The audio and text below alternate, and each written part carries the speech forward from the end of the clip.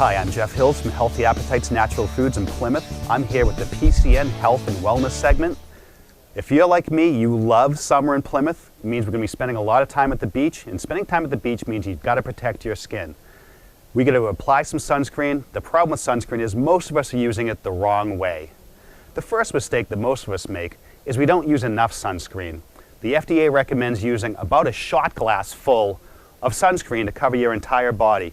That's about this much. Most of us are using about a quarter of that amount. The problem with that is if you're using a sunscreen that has an SPF of 30 and you use a quarter of the amount you're supposed to use, that drops the SPF factor to 3. So you're barely protecting your skin. That's a problem.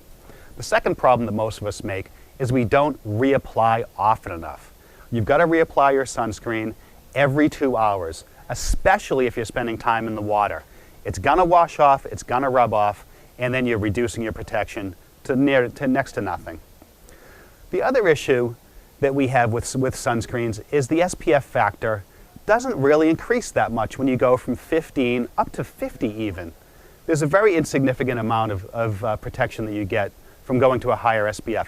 You get a real false sense of security but from going from 15 to 50. The more important thing is to use the right amount and to apply it frequently.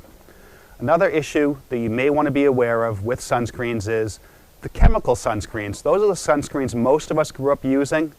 May actually accelerate the growth of skin cancer tumors, and they may disrupt your body's hormone production. So you may want to switch to a physical sunscreen. Those would be sunscreens that are based on titanium dioxide or zinc oxide. Those are going to be better. They don't sink into the skin. They offer great protection. Be aware that they're going to be a little more expensive and they might make you look a little white.